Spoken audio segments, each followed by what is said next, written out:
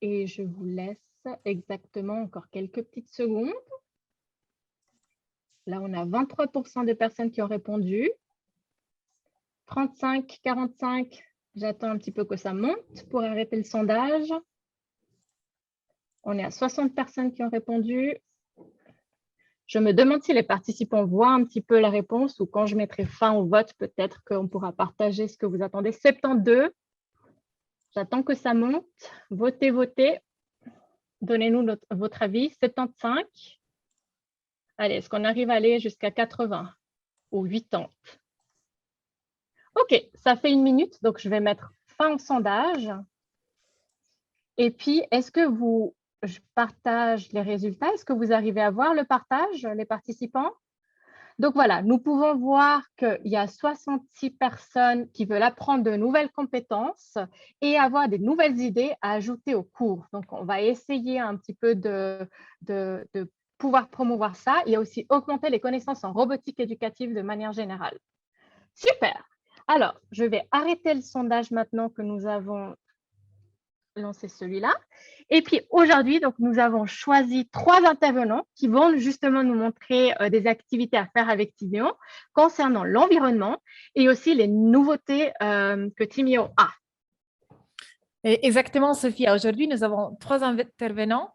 Nous aurons tout d'abord l'intervention d'Evgenia Bonnet, qui est chargée des projets du projet au Centre Learn de l'EPFL, qui nous montrera une activité présente dans notre tool qui s'appelle Timio et la gare aux déchets et que vous pourriez recréer en classe avec Timio en abordant les thèmes de l'environnement. En deuxième partie, nous aurons Christina Riesen, founder et CEO des EduCreators, et aussi membre de l'association Mopsia, qui nous montrera des activités avec Project Square et Timio dans une ville futuriste, Smart City, dont elle a partagé aussi sur Eteco. Et en troisième partie, nous aurons aussi Michael Bonani, qui est le CTO de l'association Mopsia, qui nous parlera de tous les projets Mopsia par rapport à la durabilité et aussi nous montrera une nouveauté par rapport à Timio, qui est la compatibilité avec tablette Android. Donc, nous remercions d'avance tous nos intervenants et puis nous espérons que vous aurez beaucoup de plaisir. À la fin des 3 interventions, vous aurez comme d'habitude le moment de poser vos questions. Donc, n'hésitez pas à poser vos questions via le chat et Sarah, elle se refera un plaisir de recueillir toutes ces questions et puis de les lire à la fin des présentations. Je vous rappelle que ce webinaire est enregistré et sera diffusé dans les réseaux sociaux. Donc, on vous prie d'éteindre les caméras et micros. Et puis maintenant, Evgenia, est-ce que tu es prête? Oui, si vous m'entendez. On t'entend très bien. Parfait. Si vous voyez mon écran. On le voit. Parfait, alors je suis prête.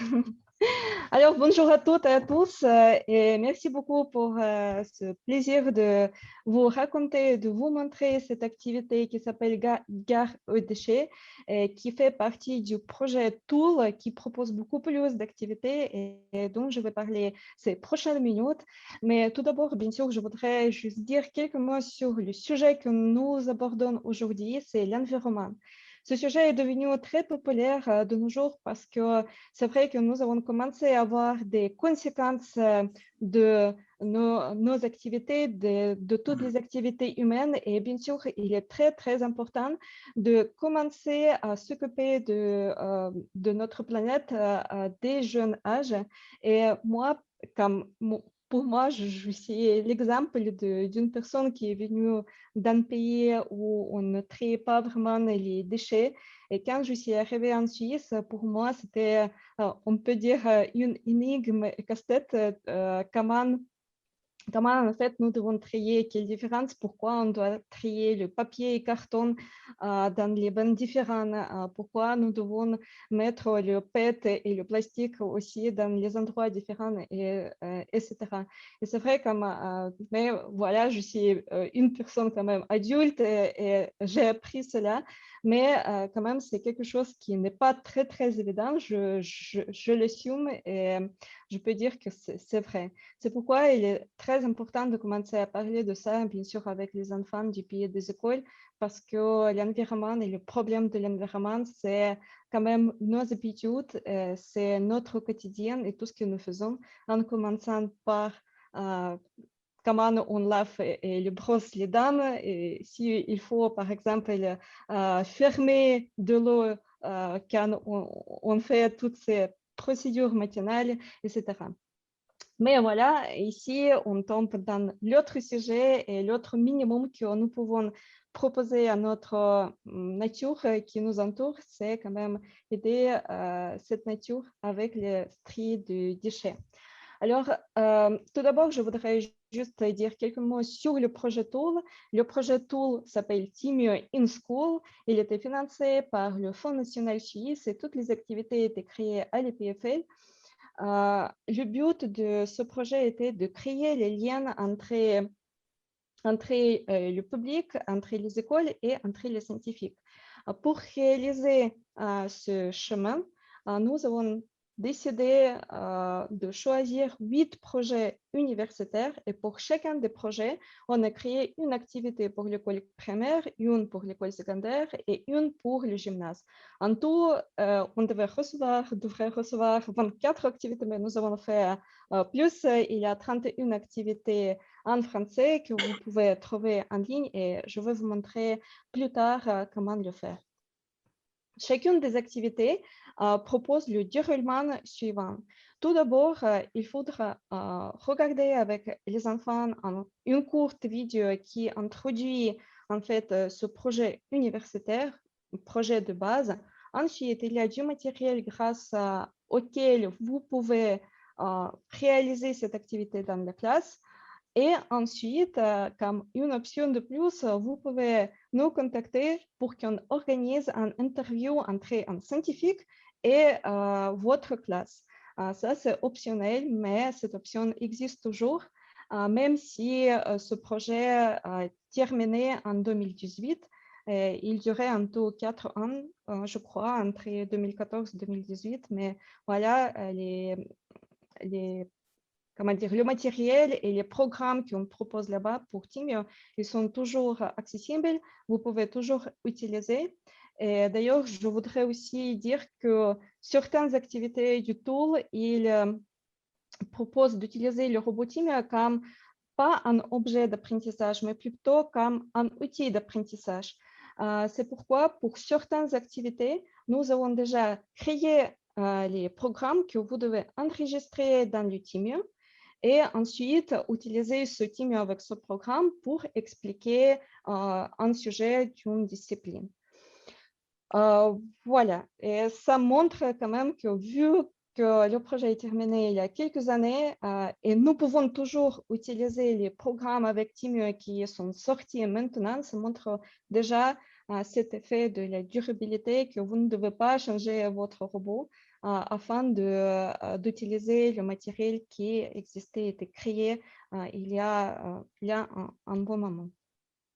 Alors, pour trouver toutes les activités du projet Tool, vous pouvez aller sur la plateforme Roteco et dans le moteur de recherche, vous pouvez taper juste un mot Tool et vous verrez toutes les activités. Ensuite, bien sûr, vous pouvez jouer avec tous les filtres qui existent sur la plateforme pour trouver ce que vous cherchez exactement.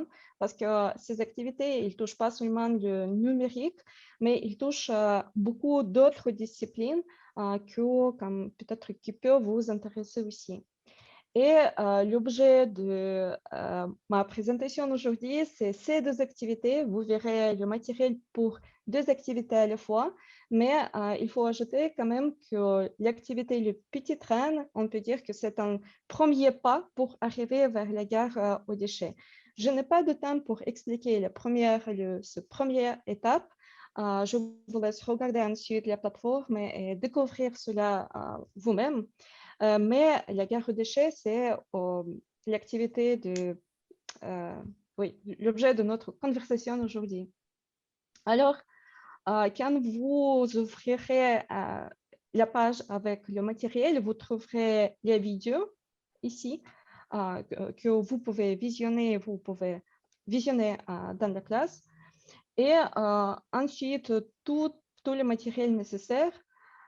par exemple, vous pouvez télécharger le fichier zip en format zip qui contient le programme pour le robot Timio que nous devons enregistrer dans le robot et 3 fichiers. C'est dossier enseignant avec la description de l'activité elle-même, ensuite le dossier élève où on décrit comment préparer le matériel et aussi comment organiser cette activité dans la classe, de quoi parler avec les élèves, etc. Et troisième fichier, c'est le dossier annexe qu'il faudra. Ce dossier contient le matériel à imprimer pour préparer cette activité. Alors, je coupe le partage de mon écran juste pour... non, pas maintenant. Tout d'abord, je voudrais vous montrer comment je charge le programme de cette activité dans le robot. Tous les programmes, ils sont écrits avec Aziba Studio. C'est pourquoi, comme j'ai déjà préparé, j'ai lancé TeamViewer. Je lance Aziba Studio et ensuite je me connecte au robot. Et moi, j'ai déjà préparé, comme le programme a trouvé déjà le fichier que je dois télécharger dans le robot. Mais en fait, si jamais vous allez dans le fichier et vous ouvrirez le programme que nous avons donné dans le fichier. J'ouvre, ensuite, j'exécute. Voilà. Voilà, ça c'est exécuté. Moi, j'ai enregistré dans le robot que je vais vous montrer ensuite. C'est le robot inspecteur qui viendra pour vérifier si on a trié les déchets juste ou pas. Vous verrez tout ensuite. Voilà, comme vous pouvez voir, c'était assez rapide. Vous ne devez rien changer. C'est juste, il faut mettre le programme dans le, disons, cerveau de Timio. Et ensuite, il y a, par exemple, le dossier annexe que je voudrais quand même vous montrer. Ce dossier annexe, il contient, est-ce que vous voyez bien ça?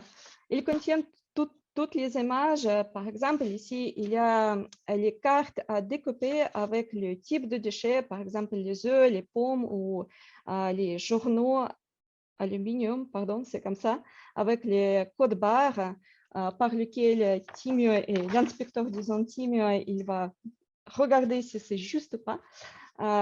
Et ensuite, nous avons des pictogrammes, des déchets différents qu'il faut aussi découper. C'est mieux peut-être de faire, et si vous voulez utiliser en quelques fois, c'est mieux de faire peut-être un papier un peu dur, mais pas le papier simple. Ensuite, nous avons aussi les fichiers que vous pouvez découper et coller ensemble pour réaliser, par exemple, les masques, les costumes pour Timio. Ça, c'est le train que vous verrez plus tard. Et vous avez aussi le fichier pour imprimer une bâche qui est environ peut-être 1 mètre sur 80 centimètres. Et là, vous verrez, comme par exemple, vous pouvez l'imprimer soit sur la bâche qui est déjà grande, en image entière, soit vous pouvez imprimer les fichiers en A3, A4, comme vous le voulez, distribuer cela aux élèves et demander, écoutez, c'est le puzzle, vous devez faire le puzzle parce que là, il y a le chemin noir que Timio doit suivre. Vous pouvez le faire aussi en version noir-blanc et demander aux élèves de colorer ce dessin. Alors maintenant, je vais vous montrer ce que c'est cette bâche et ce que c'est cette activité. Je change la caméra. Voilà, vous pouvez déjà voir que c'est vraiment une jolie image qu'on peut présenter aux élèves. Nous pouvons voir qu'il y a le bâtiment d'une école, il y a des animaux, il y a le soleil, même il y a une ville qui est dans à gauche en bas. Par exemple, c'est déjà comme on montre la nature, on montre notre environnement. Et déjà avec cette image-là, vous pouvez regarder avec les enfants et discuter avec les enfants de l'environnement, de la nature, comment on peut le protéger, etc. Et bien sûr, comme je n'ai pas dit dès le début, mais on considère quand même que c'est pour les enfants de des jeunes âges, c'est 4, 5, 6, 7 ans. Je pense que pas plus, mais comme c'est à vous de voir parce que vous pouvez adapter toujours des conversations, etc. Alors, notre but maintenant, c'est de lancer notre train. Sous les costumes que vous voyez sur la page, il y a des timios. Je vais les montrer. Et maintenant, une question à tout le public. Est-ce que vous connaissez quel mode de base de Timio nous devons lancer pour que Timio suive la ligne noire, en fait? C'est quelle couleur? Bleu clair, bleu foncé, rouge, jaune. Vous pouvez écrire cela dans le chat. Et ici, bien sûr, comme vous verrez dans quelques secondes déjà les réponses. Alors, je ne sais pas si vous voyez vraiment les couleurs, parce que je vois qu'il y a le soleil qui coupe un tout petit peu les couleurs. Mais en fait, c'est le bleu ciel que, oui, bleu clair. C'est juste, je vois les réponses juste, même si l'ordi est loin. C'est le bleu clair que nous devons allumer. Et maintenant, nous devons lancer le robot pour qu'il suive les lignes noires. Et on met ces tâches de robot comme ça. Ça, c'est les bennes où nous devons en fait mettre ensuite les déchets. Ici, il y a des pictogrammes du type de déchets différents que vous pouvez utiliser. Pour le moment, nous avons seulement 2 bennes. Moi, je choisis les 2 premiers que j'ai ici. Par exemple, on donne les consignes aux élèves qu'il faut mettre dans cette benne-là, il faut mettre le déchet qui est considéré comme du verre. Et ici, c'est le déchet organique. Et nous avons aussi le déchet, en fait. Ce sont les cartes. On conseille de les plier un tout petit peu pour que ce soit plus simple de les prendre depuis la bâche. Et on dit que voilà, nous avons des déchets qui sont jetés partout. Nous pouvons discuter avec les élèves qu'en fait, c'est pas bien de jeter les déchets partout dans la nature, etc. On peut aborder ce sujet-là. Et le but, c'est de ramasser les déchets que vous voyez dans les bains. Voilà.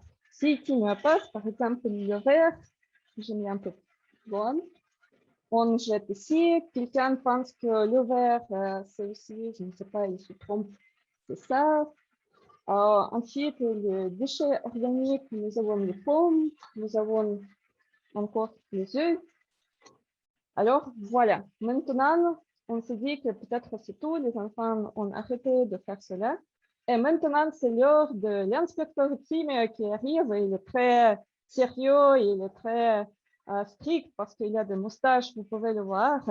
Et c'est lui qui va vérifier si on a bien trié les déchets ou pas. Alors, j'arrête le robot pour qu'il ne fasse pas de tri. Et je prends les bains. Et nous pouvons... Hop. Je pense que vous pouvez voir bien tout ce qui se passe ici, sur ma petite table. Oui. Et... Parfait, merci. Et ici, nous pouvons voir que voilà, nous avons les déchets dans les bains. Et nous avons l'inspecteur Timio. Ici, il y a la LED qui, en fait, indique dans quel mode notre inspecteur se trouve. Par exemple, ici, il est jaune et l'indicateur est là. Si on place ici, on voit que c'est le déchet aluminium qu'il veut inspecter. Nous n'avons pas, nous avons le déchet organique ou le verre. Moi, je commence par le verre parce qu'ici, nous avons une faute et une réponse juste quand même. Et pour cet exemple, oui, pour les démonstrations, je voudrais choisir là.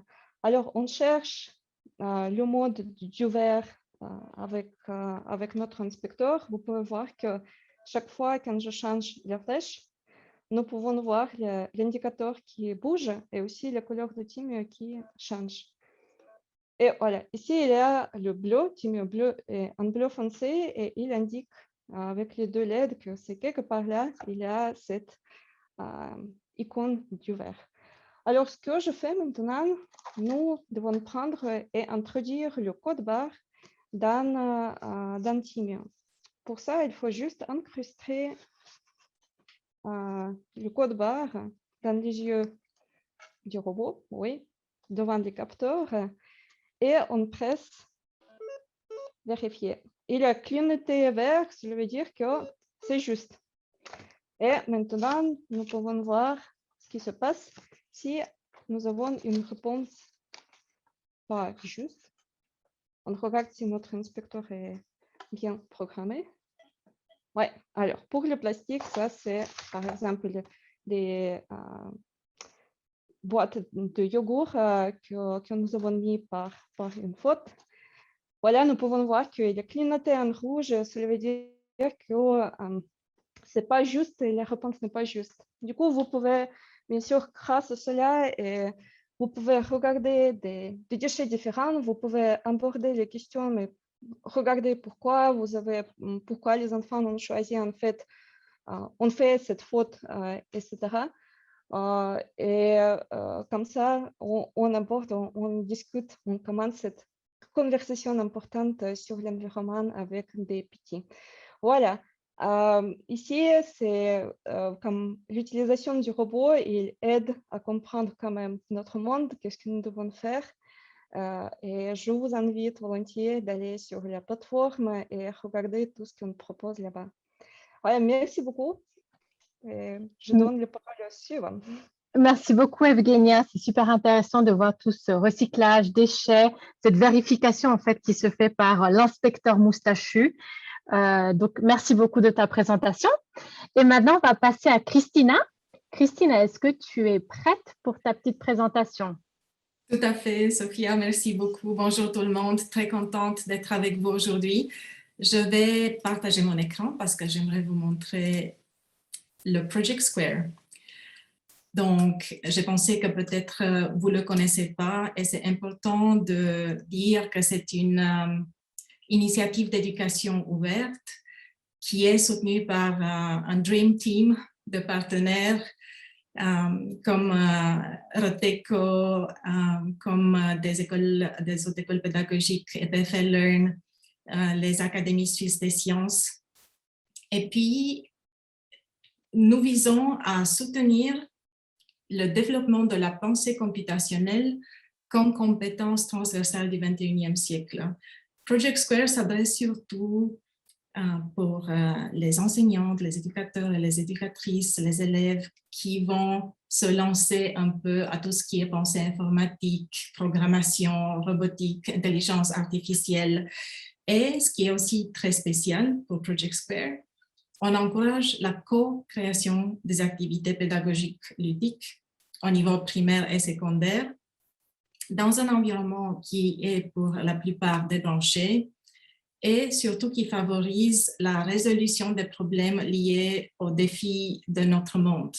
C'est exactement le thème du webinaire d'aujourd'hui et justement cet aspect est vraiment au centre du Project Square. Les activités sont conçues, testées, itérées, évaluées par une communauté interdisciplinaire croissante d'éducateurs, de chercheurs et d'experts parce que c'est une initiative d'éducation ouverte. Ça veut dire que ces activités servent comme base. Chacun peut les prendre et les adapter, les partager. Donc, on encourage vraiment la co-création. Donc, pour ça, on dit que Project Square est une ressource pédagogique vivante. Elle ne va jamais être finie et elle évolue dans le temps grâce à cette participation et à des itérations. Central au Project Square est le récit principal. J'espère que je le dis bien en français, en anglais c'est storytelling. Donc, le récit principal est celui d'une ville intelligente, The Human Smart City. Une ville intelligente qui est habitée par des citoyens qui sont responsables, collaboratifs et créatifs et qui utilisent leurs connaissances et aussi la technologie pour améliorer la vie de leur communauté. Les activités vont de par exemple, la conception d'une infrastructure de la ville jusqu'à la livraison des biens au transport public ou justement la gestion des déchets de manière durable. Dans ce contexte, et puis ici, vous voyez un peu comment je peux dire, ce qui est vraiment du point de vue scientifique la base de notre travail.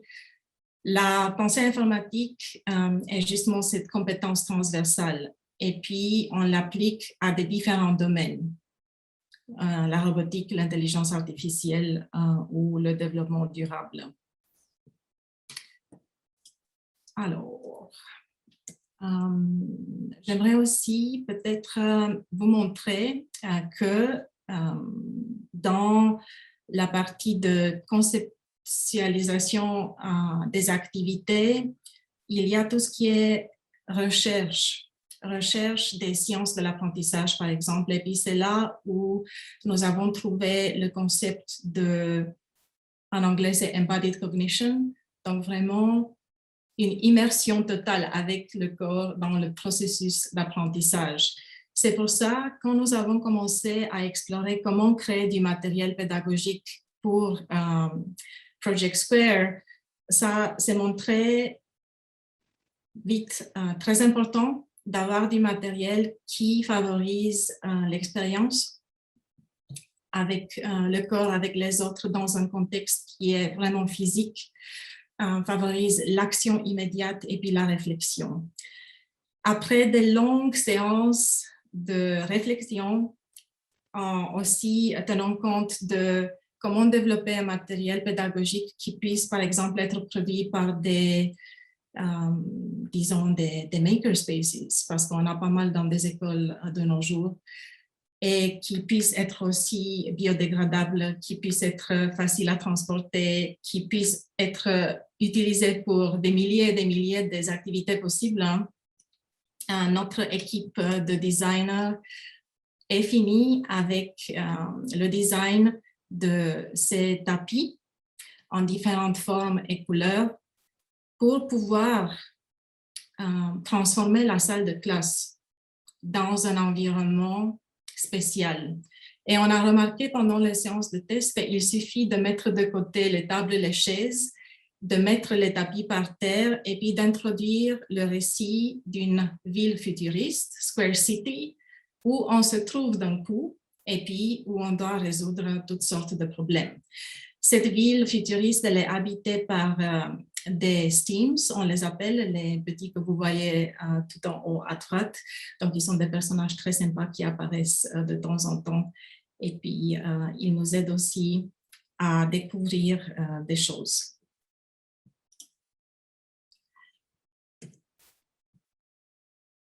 Dans la réflexion du matériel, il y a beaucoup de travail qui a été fait. Ce n'est pas aléatoire. Pourquoi ces formes, pourquoi ces couleurs, pourquoi les formes que vous voyez à l'intérieur? Parce qu'on a essayé de créer justement de pouvoir faciliter l'introduction de tout ce qui est abstraction dans la pensée informatique, de vraiment pouvoir collecter des données. Donc, on a essayé de choisir des critères avec ces formes, que ce soit des formes différentes ou des couleurs, ou bien même des numéros cachés. On peut toujours dire que le nombre des formes qui sont à l'intérieur correspond à un numéro, par exemple 2 ou 3 ou 1. Par la suite, dans le récit de la ville futuriste, on a pu aussi donner une vie à ces tapis. Par exemple, dans plein d'activités, les tapis correspondent à une maison. Donc, si on commence à mettre différents tapis ensemble, d'un coup, on va créer des rues. Ou bien, si on met des rues ensemble, d'un coup, on va vraiment avoir un quartier. Et puis, si on met tout le matériel ensemble, d'un coup, on peut avoir et voir toute la ville. Ce qui est très important avec le matériel Square, le matériel physique, c'est qu'il faut s'habituer. Parce que, surtout quand on le voit comme ça et on n'a pas la possibilité de jouer avec, ça peut sembler très abstrait. Mais en effet, dès qu'on interagit avec, on l'a en main, on commence à pouvoir s'habituer et aussi à faire des activités très simples, mais qui sont aussi très sympas. Comme par exemple, à gauche, on avait fait une simulation d'une rue dans la ville. Et puis, on a dit que dans la ville de Square, il y a toujours des règles. Donc, on peut avancer ou marcher sur cette rue en suivant les règles qui sont inscrites par terre. Par exemple, si on voit en bas un tapis rouge, on doit reculer du numéro des éléments qui sont à l'intérieur. Dans ce cas, comme c'est un rouge et ça commence avec 1, ça veut dire qu'on ne peut pas avancer, on ne peut pas aller sur la rue. Donc, dans une deuxième étape, on donne la tâche comment est-ce qu'on peut réarranger ces tapis en suivant ces règles pour pouvoir arriver au bout de la rue. Et puis, les enfants, les enseignantes se mettent tout de suite à le faire et puis ça simplifie justement l'habituation au matériel. Mais nous sommes aujourd'hui ici pour parler spécifiquement des activités avec Timio. Parce que c'est vrai, nous avons des activités débranchées quand même, parce que nous aimerions favoriser et faciliter l'initiation aussi à la robotique. Nous avons introduit cette année aussi avec des activités avec Timio. Donc, elles vont, comme vous voyez bien, elles vont très bien ensemble avec les tapis square. Et puis, on peut faire des choses qui sont assez sympas. Pourquoi on fait ça? Parce que bien sûr, c'est très important que les élèves comprennent comment les robots fonctionnent. Qu'il y a des capteurs, qu'il y a des programmes, qu'il y a des actionneurs. Comprendre qu'il y a des algorithmes justement qui sont derrière, comment est-ce qu'on peut les faire d'une façon ou d'autre. Après, c'est très important pour nous cet aspect d'observation de manière scientifique. Toujours quand on fait des activités vraiment pour pouvoir bien observer ce qui se passe, demander des questions et tirer des conclusions. Et puis arriver à vraiment programmer un robot pour de vrai sans avoir peur. Et puis tout ça justement dans ce contexte de ville intelligente où on doit faire des activités comme la gestion des déchets. On a toute une série d'activités autour de la collecte de déchets et du recyclage. Et puis, de nouveau, comme c'est une base qu'on met à disposition, ça dépend toujours du niveau. Donc, si c'est le niveau primaire ou secondaire, ça dépend si les enfants ont déjà une idée ou pas, s'ils ont pu déjà avoir un Timio ou pas. Donc, tout dépend un peu de ça. Mais j'aimerais quand même vous donner une impression de comment on développe ces activités d'une manière progressive, qui vont de quelque chose de très simple à quelque chose qui peut être même niveau expert. Et puis, quand on prend les activités autour de la collecte des déchets et le recyclage, on a ce petit récit que les habitants de Square City veulent construire de nouveaux quartiers pour abriter des maisons avec environ 54 appartements. Vous ne devrez pas trop regarder les numéros. Les numéros correspondent toujours au numéro de tapis. Donc, il y a beaucoup de mathématiques derrière qu'on a fait pour pouvoir partager en groupe pour savoir combien de tapis. Donc, c'est pour ça qu'il y a ces numéros très spécifiques. Et puis, comme les habitants, ils se préoccupent beaucoup pour tout ce qui est la protection de l'environnement, l'utilisation de l'énergie et leur santé, ils aimeraient utiliser des robots pour arriver à une gestion très efficace et durable des déchets. Donc, la mission principale qu'on va donner pour cette série d'activités, et on peut le faire dans plusieurs séances, ou on peut le faire aussi dans une grande séance. Donc, la mission principale, c'est peux-tu aider les habitants de Square City à planifier l'emplacement des maisons et à construire des rues vers le point de recyclage, de façon à ce que les robots n'aient à parcourir que de courts trajets en prenant en même temps le plus de déchets possible. Donc, c'est une mission très complexe. C'est pour ça qu'il faut aller pas par pas. Donc, on commence par exemple, ce n'est pas obligatoire, mais c'est une possibilité. On peut toujours commencer en petit format. Et on peut commencer même sur papier parce que ça permet aux enfants de pouvoir vite voir des solutions, de pouvoir vite bouger les choses pour arriver à un premier scénario ou croquis de comment ils pourraient planifier la mise en scène des maisons et les rues.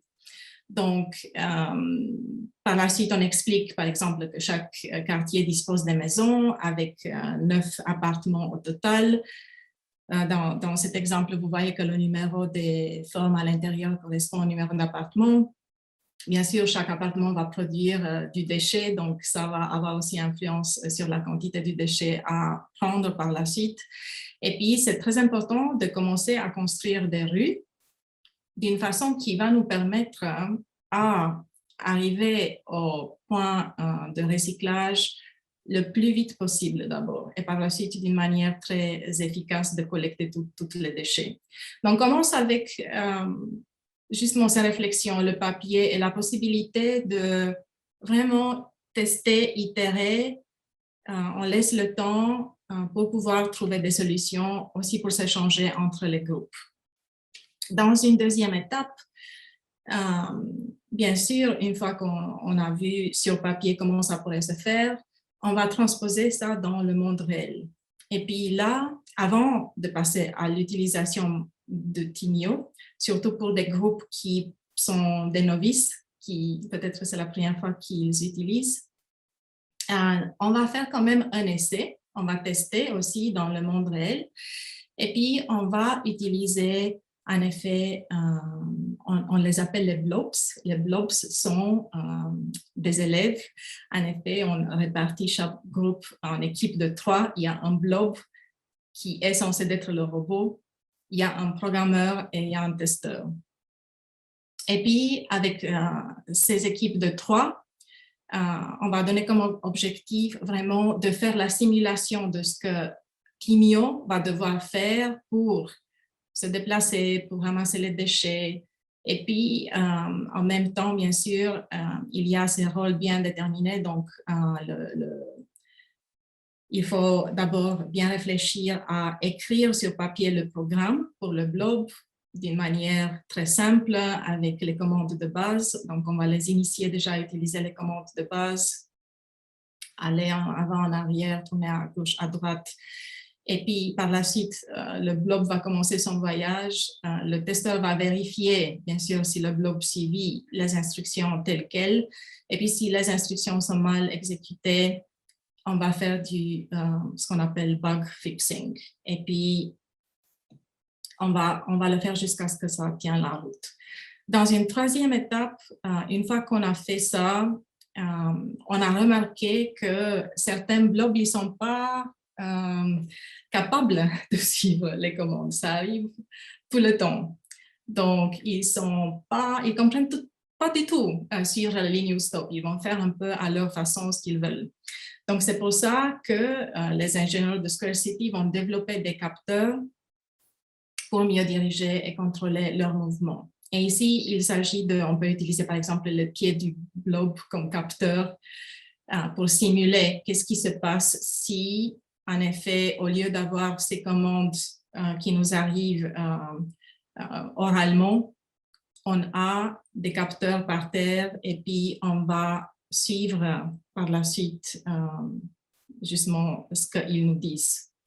Donc ça, c'est aussi une façon très ludique d'introduire la notion des capteurs et aussi de comprendre aussi qu'ils sont un peu, ils font partie de notre vie, ils sont un peu partout. Donc, dès qu'on fait cette activité, normalement, les enfants commencent eux-mêmes à donner des exemples. Ah, ça, on a aussi, quand par exemple, on a les portes qui s'ouvrent, voilà, ils vont commencer à donner toutes sortes d'exemples. Finalement, on va être, après la phase d'initiation, si nécessaire de nouveau, on va être prêt à envoyer Timio pour ramasser les déchets dans la ville. Et puis, Timio, c'est un véhicule autonome pour le recyclage, ultra moderne. Et par la suite, on va donner la possibilité de vraiment découvrir Timio. Il s'agit de vraiment voir comment on peut et qu'est-ce qui se passe si Timio suit la ligne noire, comment est-ce qu'on peut trouver le bon mode pour qu'il fait ça, comment on l'arrête, qu'est-ce qui se passe à la fin d'une ligne. Aussi, on va observer les capteurs, comment on va voir quel capteur est actif. Et par la suite, on va aller de nouveau faire des croquis et puis décrire vraiment la façon dont on comprend que ces capteurs agissent sur cette ligne noire. Et puis, si on veut aller dans un mode expert par la suite, ou bien on peut passer directement au mode expert si les enfants ont déjà l'expérience avec le Timio. on peut vraiment tester les programmes qu'on a rédigés sur papier et on va commencer vraiment à programmer. Donc là, on va vraiment aller dans le programme et on va pouvoir faire de sorte que Timio va circuler sur la rue, s'arrêter, prendre les déchets d'une façon optimale. Donc, voici, ça c'est une partie des activités, juste pour vous donner une petite impression du recyclage dans Square City. Mais l'aventure continue toujours en Square City. Et en effet, juste pour dire, ils ont aussi un sort de Père Noël. Et puis le Père Noël, il a une voiture secrète. C'est Timio, bien sûr. Et puis, je ne vais pas vous dire ce qu'elle fait parce que je vous invite à découvrir tout ça sur Roteco dans les semaines à venir. Et puis, n'hésitez pas de nous contacter si vous avez des questions, si vous aimeriez être en contact avec nous. Je vous remercie beaucoup, beaucoup. Je me réjouis de votre retour. Merci beaucoup, Christina. Merci beaucoup pour cette belle présentation. Je l'ai mis dans le chat, mais je le répète. Donc, les activités Project Square, elles sont pour l'instant en allemand sur Roteco, mais on est en train de travailler sur la traduction en français et en italien. Mais ça peut déjà vous donner une idée de comment combiner Project Square et Timio pour la thématique du recyclage. On va laisser la parole à Michael. Michael, est-ce que tu es prêt? Oui. Top! Alors, bonjour tout le monde. Donc, je vais faire ma présentation sur...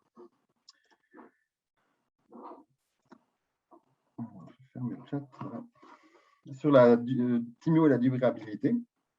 Donc, quand on parle de durabilité, on pense souvent au recyclage, aux gestion des déchets, à l'écologie. Mais la durabilité, c'est un sujet aussi un peu plus vaste et avoir un robot durable, c'est aussi avoir quelque chose qui est robuste. Si on doit à chaque fois casser, si on casse tout le temps son matériel et qu'on doit le racheter ou le remplacer, ben, on est loin de la durabilité. Donc, un des premiers aspects de Timio, c'est qu'il est vraiment robuste. Vous le connaissez tous. S'il tombe la table, il ne va pas se casser, il résiste aux enfants.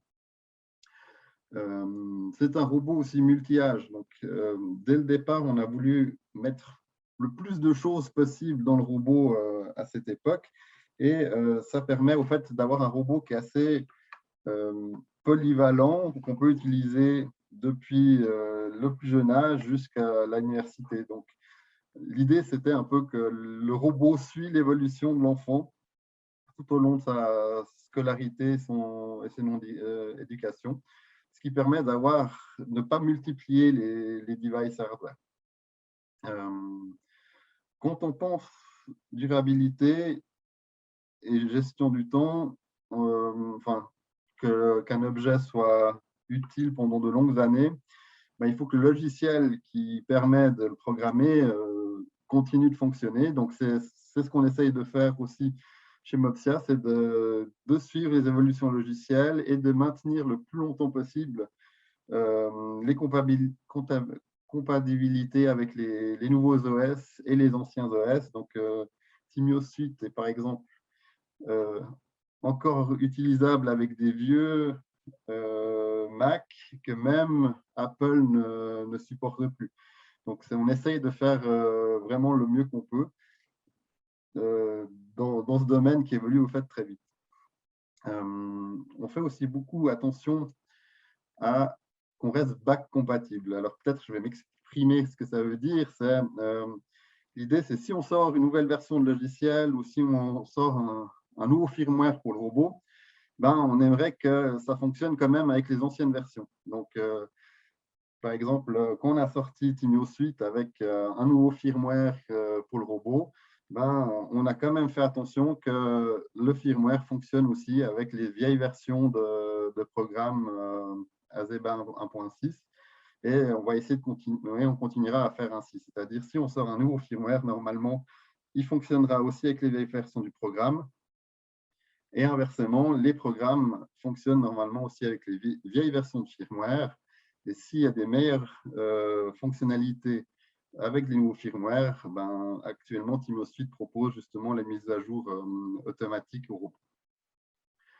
une chose que des fois l'industrie fait, et c'est entre guillemets leur droit, mais qu'on ne fait pas du tout, c'est l'obsolescence programmée. C'est-à-dire on n'a pas prévu chercher à faire que le robot a un défaut technique qu'on peut inciter après les gens à changer de matériel. Donc le robot a été conçu pour être utilisé très longtemps. Les robots Timio maintenant à 10 ans. Et puis on a encore des robots de plus de 10 ans qui fonctionnent très bien. Et donc on n'a pas prévu que justement une détérioration au programme.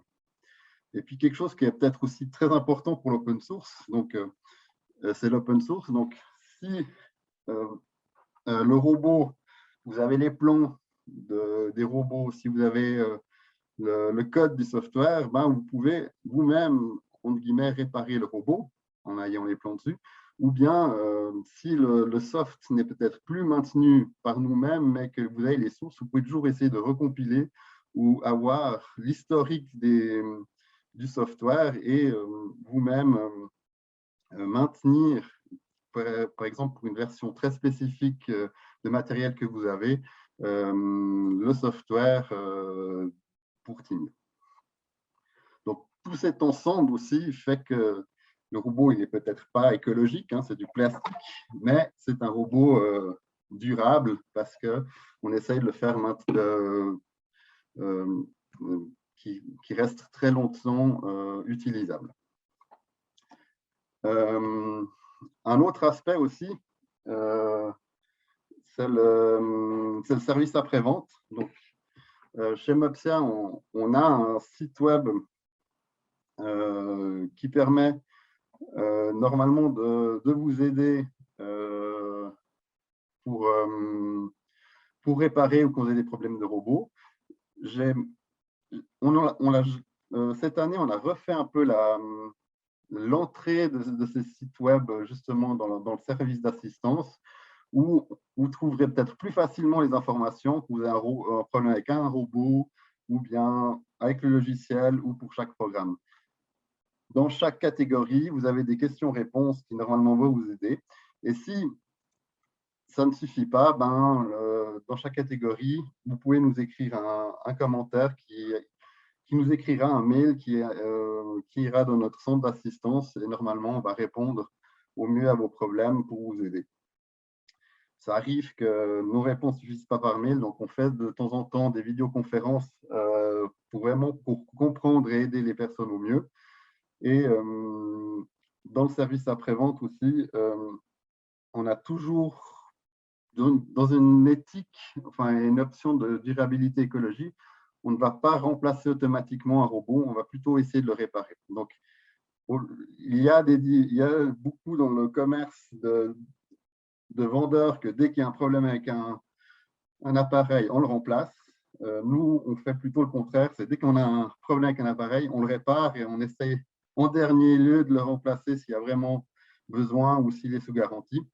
Et on a aussi un service de réparation. Donc, on répare bien sûr les robots sous garantie, mais on répare aussi les robots hors garantie avec une petite compensation financière, mais c'est le principe qu'on a chez Mopsia, c'est on répare au lieu de remplacer. Voilà. Je voulais juste vous faire un petit retour d'expérience. Donc, on a eu cette année l'école internationale de l'ESA qui avait un problème avec... c'est un professeur qui avait retrouvé dans un vieux placard 3 Timio qui venaient du professeur d'avant. Il ne savait pas trop ce que c'était. Il a cherché sur Internet, il a trouvé. Après, il a essayé de les faire fonctionner. Bien sûr, les robots, là, tels quels, après longtemps dans l'armoire, ne fonctionnaient pas. Parce qu'ils étaient simplement déchargés. Donc, il a essayé après de les charger, ça a commencé à fonctionner. Et puis, pour finir, à un moment, il était bloqué quand il voulait programmer les robots. Et après quelques échanges de mails, on a fait une assistance vidéoconférence. Et pour finir, ce qu'on a trouvé, ce qui ne fonctionnait pas, en fait, c'était qu'il avait des vieux câbles, pas Timio, mais il utilisait des vieux câbles USB qu'il avait trouvés chez lui. Et ces câbles, en fait, n'avaient pas de données, enfin, n'avaient pas les datas dans le câble. Donc, c'était des câbles, on va dire, cheap, où les fabricants ont économisé les 2 fils de données qu'il y a dans l'USB. Et en trouvant un bon câble, en fait, les deux robots sur 3 fonctionnaient, et puis il était très content. Et il nous a envoyé une petite vidéo pour montrer après ces robots et les projets qu'il avait fait avec ses étudiants. Donc, même des très très vieux robots fonctionnent toujours après certaines années. Mais après, là, je vous donnerai juste un conseil, c'est si vous voulez stocker les robots très longtemps, stockez-les chargés dans vos armoires, parce que c'est en les stockant déchargés que là, vous aurez plus de problèmes avec les batteries. Mais si vous les chargez une fois par année, normalement, vos robots vont durer très longtemps. Voilà. On arrive au prochain sujet, c'est donc dans notre développement software, on a, et c'était une demande de beaucoup de gens, c'était d'avoir Timio Suite compatible avec Android. Donc c'est quelque chose qu'on a développé récemment cette année, grâce aussi à un partenariat avec Digital Solutions, qui est une entreprise de développement web ici en Suisse, enfin de développement logiciel en Suisse. Et grâce à ça, on a pu faire porter Timio Suite sur Android. Donc, comment on installe Timio Suite mobile? Donc, vous avez premièrement un lien sur le Play Store qui est aussi lié depuis notre page web. Donc, si vous avez un appareil compatible, vous pourrez installer votre robot. Donc, pour avoir un appareil compatible, il faut au moins une tablette tournant Android et Android 7 au-dessus. Et pour les écoles qui ne peuvent pas utiliser Play Store, un internaute m'a demandé justement est-ce qu'on peut installer sans le Play Store parce que certaines tablettes écoles sont bloquées avec le Play Store. On a dans notre centre de développement, enfin notre outil de développement, on a aussi le Android APK. Donc, si vous voulez télécharger ça sur la tablette compatible, vous pouvez l'installer sans passer par le Play Store. Donc, on mettra aussi dans nos releases officielles de notre software aussi les APK qui sont installables hors Play Store.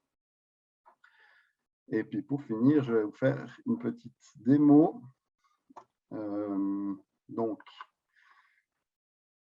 je vais changer de caméra.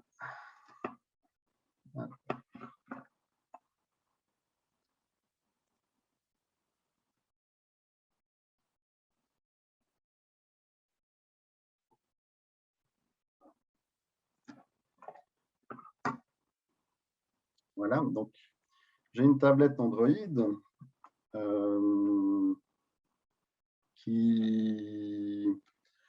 où j'ai préinstallé Timio Suite dessus. Donc, juste pour vous montrer, vous pouvez aussi directement charger Timio Suite dans le Play Store Android. Voilà. On le trouve ici et il est déjà préinstallé d'ici, donc j'ai que ouvrir l'application. Donc, comment ça fonctionne qu'une tablette puisse se connecter avec un Timio? Donc, Timio n'est pas compatible Bluetooth ou Wi-Fi ou autre chose. Il a besoin d'un ordinateur pour se connecter passerelle entre la tablette et le robot. Donc, j'ai ici sur mon ordinateur Timio Suite qui est lancé avec un robot qui va se connecter tout de suite quand je branche ma carte. Donc, mon robot apparaît. Et puis, je suis juste simplement à la maison dans un réseau Wi-Fi où la tablette et mon ordinateur sont dans le même réseau, ce qui permet automatiquement à l'application de scanner le réseau et de trouver l'ordinateur et d'afficher la même chose de ce que des connexions sur l'ordinateur. Par exemple, je peux aussi lancer un simulateur sur l'ordinateur. Je l'ouvre un R2T2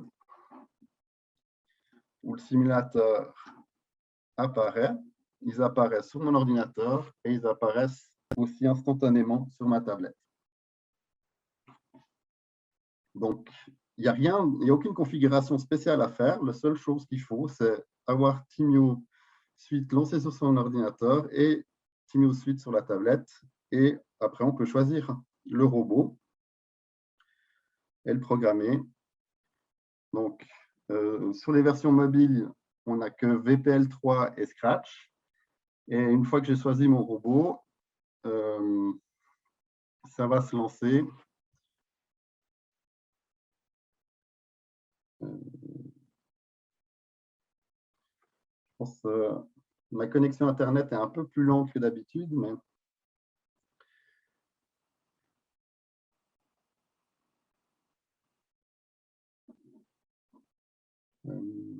alors, je vais réessayer.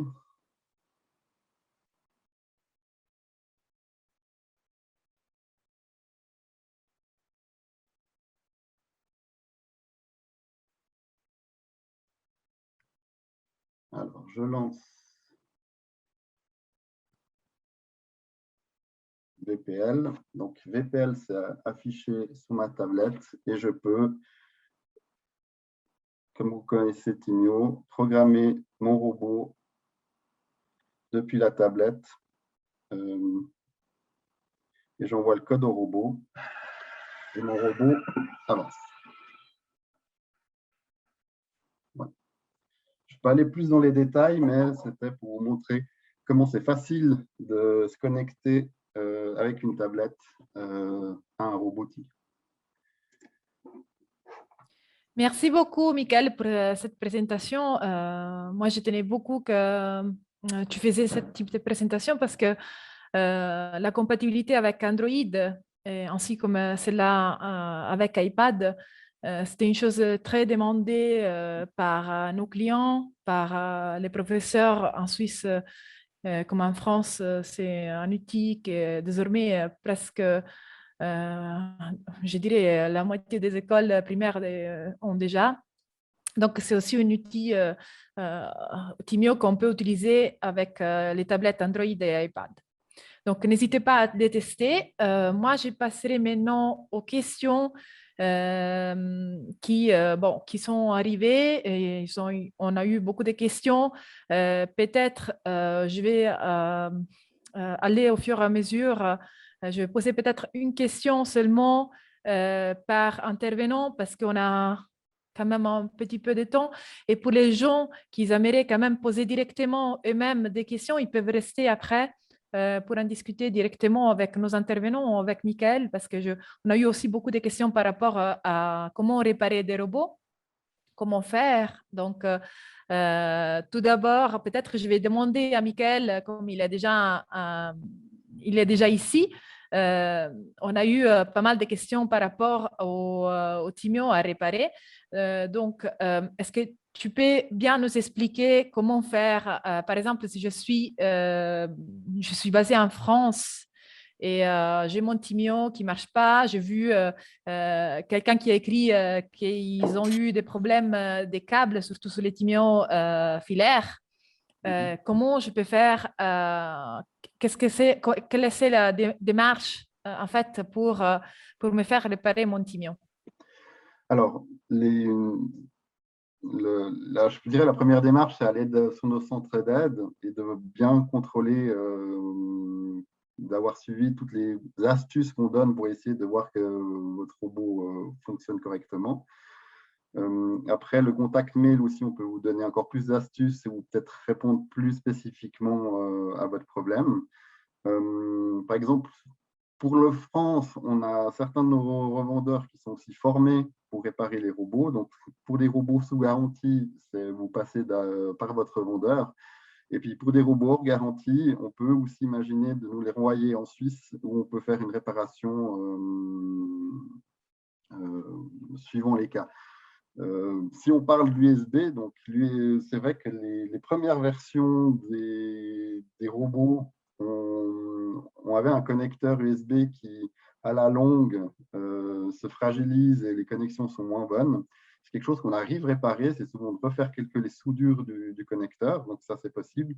Et sachez que en fait, les robots récents ont un connecteur beaucoup plus solide. Donc c'était aussi dans l'esprit que le robot doit durer longtemps. Donc on a pris un connecteur beaucoup plus cher et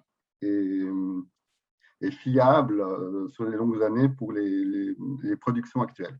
Donc ça fait déjà plusieurs années que les robots ont des bons, on va dire, très bons connecteurs, et puis les connecteurs d'avant sont encore réparables. Pour les renvoyer en Suisse, c'est justement après quelques échanges d'emails avec nous qu'on vous proposera la réparation. Merci beaucoup, Michael. C'est très important de le dire, comme on a quand même pas mal de personnes qui nous écrivent aussi par rapport au support. Tout d'abord, passez vraiment pour la page Internet pour voir vous-même si vous arrivez à résoudre les problèmes ou à résoudre les problèmes à travers les questions et réponses que vous voyez sur les forums. Et avant de nous écrire, et en tout cas, nous essayons tout le temps de vous répondre dans les délais d'une semaine. Je passe aussi une autre question. Je pose aussi une autre question à notre intervenant. Merci beaucoup, Michael. S'il y aura des autres questions, peut-être si tu peux rester en ligne, comme ça, pour les autres professeurs ou personnes qui sont connectées pourront te poser des autres questions. J'ai une question pour Evgenia, qui nous a présenté en fait la gare aux déchets avec Timio, une activité très intéressante. Disons que c'était aussi une activité avec un programme déjà pré-chargeable. La question que j'ai reçue par chat, c'est: est-ce que je peux en fait programmer moi-même les Timio inspecteurs? Est-ce qu'il y a un programme plus adapté qu'un autre pour faire cette activité? Oui, alors c'est possible. Ce que nous avons fait, une fois, nous avons décidé de placer cette activité dans un livre que d'ailleurs vous pouvez trouver sur la plateforme Roteco, qui est disponible et gratuite pour tous. Et là-bas, vu que dans le livre, nous ne pouvons pas vraiment mettre un code pour l'inspecteur qui est un ASIEB que vous devez retaper, dans ce cas-là, nous avons proposé une solution, c'est de programmer le robot en fait avec VPL ou avec VPL 3. Il n'y a pas de réponse avec VPL 3, mais par contre, quand même, VPL et VPL 3, ils ressemblent beaucoup. C'est pourquoi ce ne sera pas un problème pour vous de recréer ce programme avec des icônes, les actions et les événements. Mais en fait, ce que je peux vous montrer que chacune des cartes, en fait, ils ont leur propre code barre. Parfois, il y a juste comme une ligne noire qui est placée différemment. Parfois, il y a quelques à la fois. Mais en fait, ça, c'est fait comme pour 5 capteurs de devant de Timio. Et comme ça, vous pouvez programmer avec VPL3 que, par exemple, quand Timio détecte cette carte-là, il doit s'allumer en vert, vu que notre pas en vert, mais en bleu. Par exemple, vu que notre pictogramme, il est disons, il fait partie du vert qui est bleu. Ou comme pour ça, vous devez programmer seulement un capteur si il ne détecte rien, c'est le capteur tout à gauche et les autres qui détectent quelque chose, alors je m'allume en autre couleur. Comme ça, vous pouvez vraiment programmer chacune des cartes par rapport à la couleur des pictogrammes de déchets. Et là, c'est le programme un tout petit peu plus simple et peut-être le déroulement aussi de l'activité un tout petit peu différent par rapport à comment se comporter avec l'inspecteur. mais c'est faisable, c'est possible. Vous pouvez trouver les solutions sur Internet. Merci beaucoup, Eugenia. Nous avons largement dépassé 17 heures, donc je pense que si vous voulez poser des autres questions aux nos intervenants, vous pouvez les poser directement après ou directement sur le TECO. Je laisse la parole à Sophia pour les communications. Il y en a beaucoup. Oui, on a beaucoup. On vous a préparé plein d'événements pour la rentrée. J'espère que vous pourrez tous participer. Ils sont tous gratuits. Donc, est-ce que vous voyez mon écran, Sarah? Oui, Oui, on les voit bien. OK. Alors, le prochain événement, c'est le 23 septembre. Donc, c'est un événement en ligne pour fêter le début de l'année scolaire. Et nous aurons une introduction. Donc, si vous avez des enseignants que vous savez, ils ont un petit peu la crainte d'utiliser certains outils technologiques, vous pouvez les inviter à cet événement qui est fait pour eux. C'est vraiment une introduction à certains outils et robots. Il n'y aura pas que du Timio. Il y aura Fanny qui va présenter Timio, mais il y aura aussi d'autres robots tels que la Bibot, il y aura le robot Bior, Lego Spike Essential Prime, il y aura des activités avec Microbit. Les ateliers sont en différentes langues, donc vous pouvez choisir où est-ce que vous voulez aller. Donc, vous êtes cordialement invités. Je laisse Eugenia et Melissa partager peut-être le lien sur le chat. Je passe au deuxième événement. Évidemment, nous allons continuer les webinaires Timio. Donc, cette année, en fait, jusqu'à la fin de l'année, on a choisi de le faire tous les mercredis du premier mois. Tous les mercredis, le premier du mois, de chaque mois. Voilà, je m'en sors. Du coup, le prochain sera le 6 octobre et il portera sur l'éducation routière.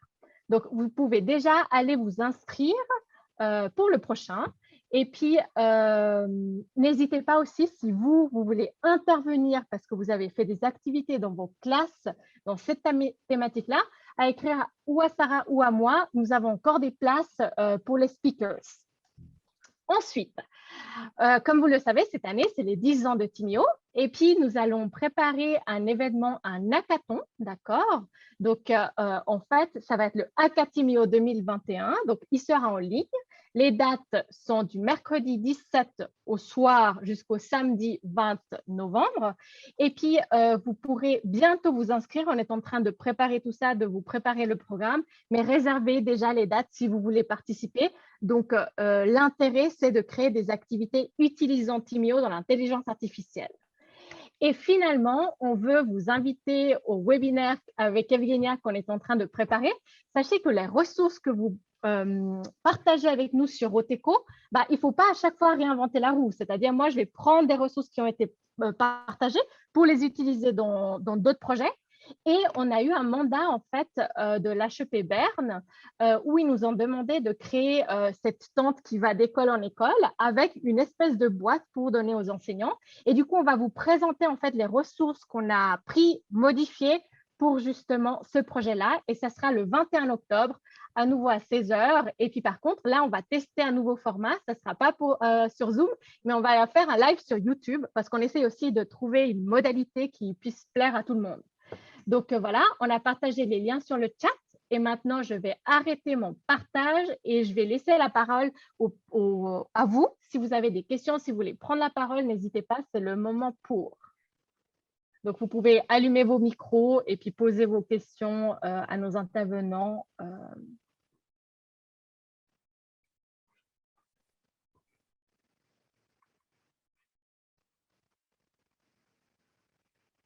Je ne sais pas s'il y a des questions.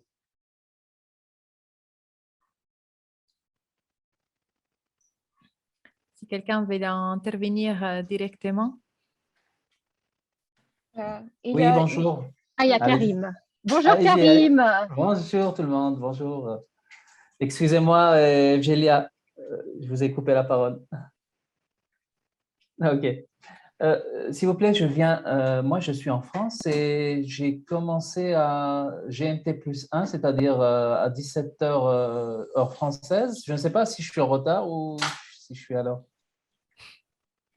Alors, Karim, oui, effectivement, le webinaire commençait de 4 à 5 et du coup, je pense que… Mais ne t'inquiète pas parce qu'on a enregistré ce webinaire, donc on t'enverra le lien pour que tu puisses le voir.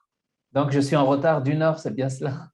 Exactement, exactement. Ok, Il n'y a pas de souci, il n'y a ok. pas de souci, parce qu'on enregistre tout le temps, parce que Très justement, bien. des fois, on a beaucoup d'enseignants où l'horaire ne correspond pas, et puis du coup, on peut rediffuser à nouveau le webinaire. Donc, on enverra toujours le lien, et c'est toujours disponible dans la chaîne Très bien. YouTube. Donc, Oui. pour la prochaine fois, je devrais faire attention à l'horaire. C'est la même, finalement, c'est le même horaire que la France. C'est bien cela?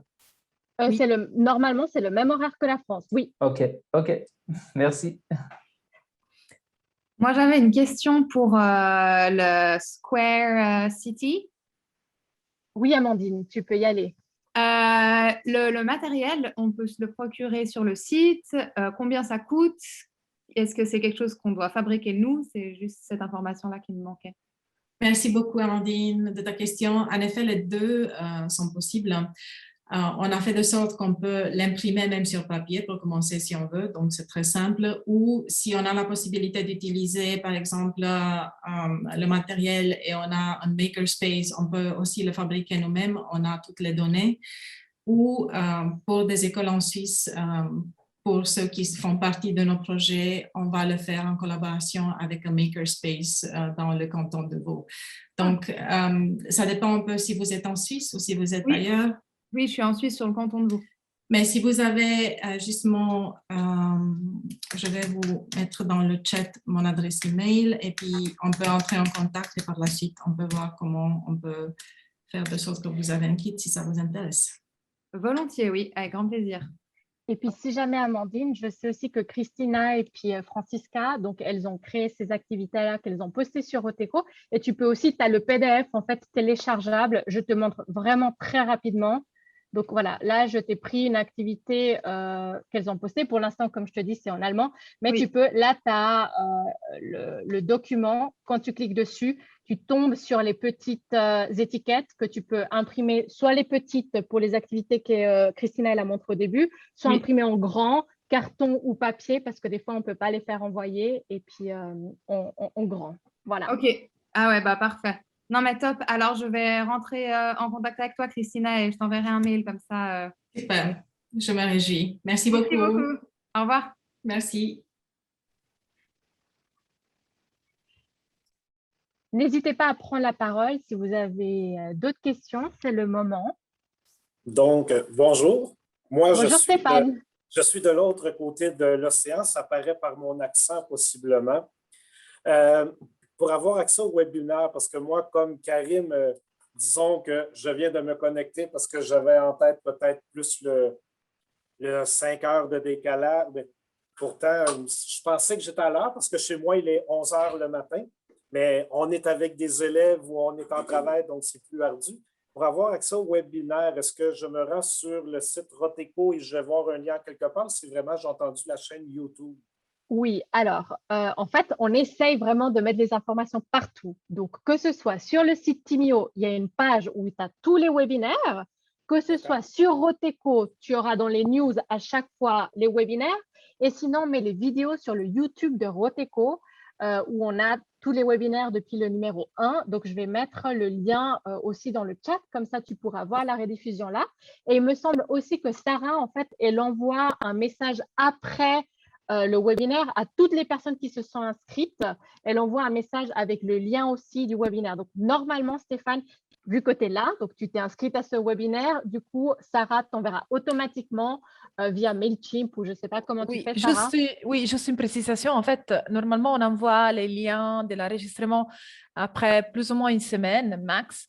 Et j'envoie normalement à toutes les personnes qui ont répondu en fait au questionnaire que oui, ils veulent être recontactés parce que voilà, je n'ai pas le droit d'envoyer des informations aux gens qui m'ont répondu non. Donc, si vous avez répondu oui, je souhaite recevoir des informations, vous les recevrez. Sinon, si vous avez répondu non, vous pouvez les retrouver, comme elle a bien dit Sophia, sur notre site internet www.timio.org. Sur l'onglet webinaire en français et sur Roteco ainsi que sur YouTube. Stéphane, là, il y a Melissa Squeers qui a partagé dans le chat le YouTube channel. Puis là, tu auras pas seulement que des webinaires Timio, mais tu auras tous les événements qu'on a fait. Des fois, on fait sur d'autres robots aussi, donc n'hésite pas à aller jeter un coup d'œil. Et ça nous fait plaisir du coup d'avoir des enseignants canadiens qui nous suivent et qui s'intéressent à la robotique éducative. Je vous remercie. Non, moi c'est ça. Mon rôle, je suis conseiller pédagogique.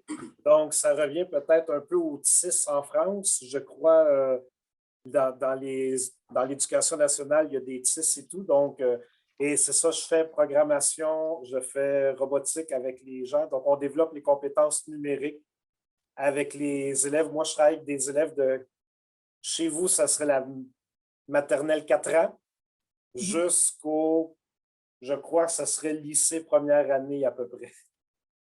Donc, j'ai un vaste étendue de jeunes avec qui je travaille. Et puis Stéphane, comme je le disais avant aussi, des fois on recherche d'enseignants qui veulent partager leur expérience avec le Timio. Donc n'hésite pas à nous écrire s'il y a une des thématiques que tu aimerais participer. Par exemple, là le prochain c'est Timio et l'éducation routière. On aura un autre webinaire sur Timio et Python, ou celui de la fin de l'année où c'est une fête de Noël avec Timio et l'art. Donc si tu as des activités à partager avec nous, ça serait intéressant d'avoir un représentant du Canada qui nous montre ce qu'il fait avec ses élèves canadiens, quoi. C'est bien beau, je regarderai ce que j'ai entre les mains. Super. Merci. Merci à vous.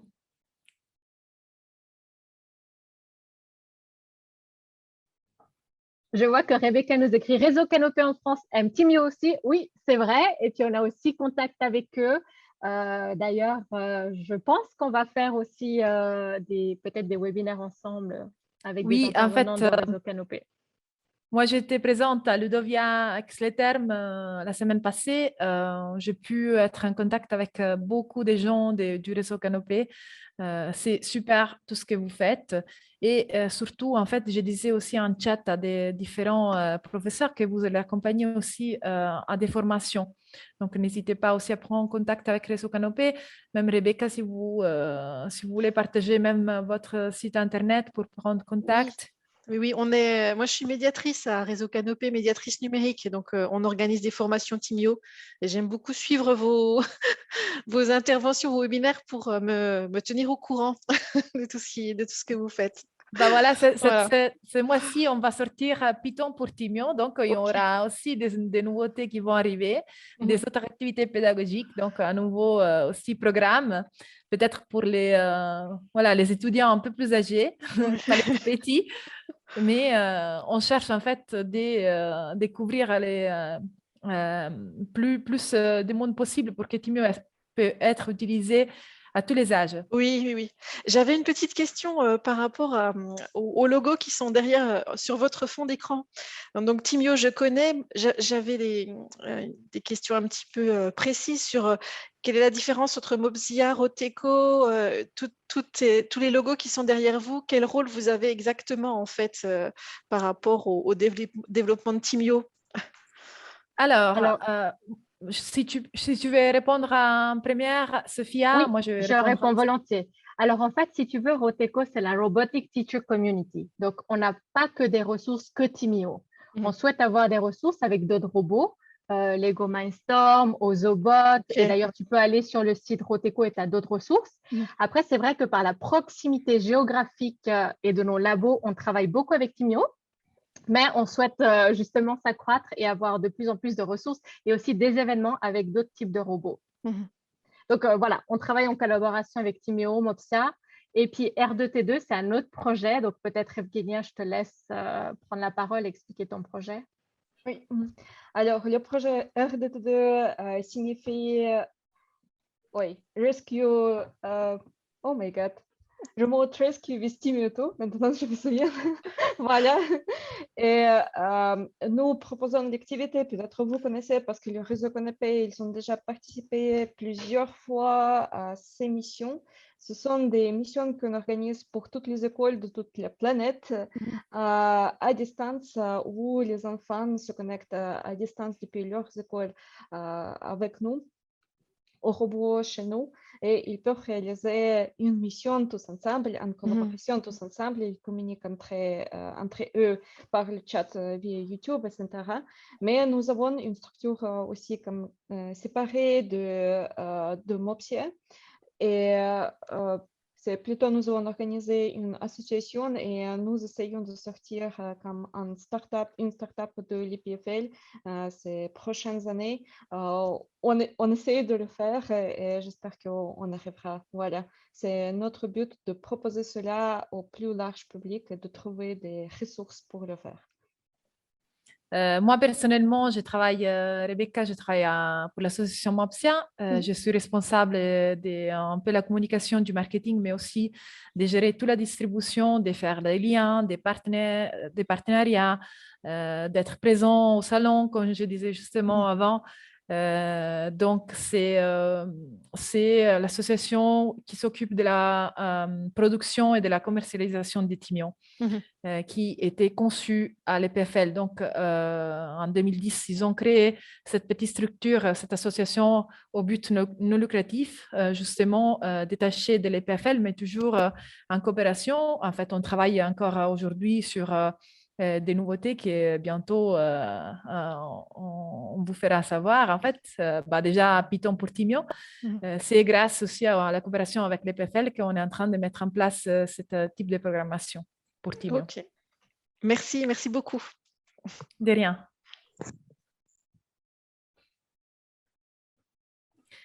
Bon, voilà, comme ça, je dis aussi sur le chat que je serai présente à Ludovia Belgique à Spa, qui, si je ne me trompe pas, ce sera les 8-9 novembre. Il y aura aussi des autres occasions de se voir aussi à Educatech Educatis à Paris. Toujours en novembre, et à Swiss Didac en Suisse. Donc, pour toute question aussi, si vous voulez me rencontrer sur place, n'hésitez pas à m'envoyer un email à mon adresse email que j'ai laissée sur le chat.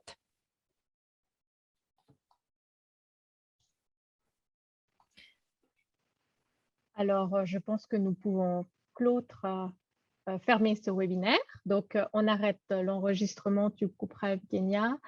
Merci encore d'avoir participé à ce webinaire. On remercie nos speakers du temps qu'ils nous ont accordé.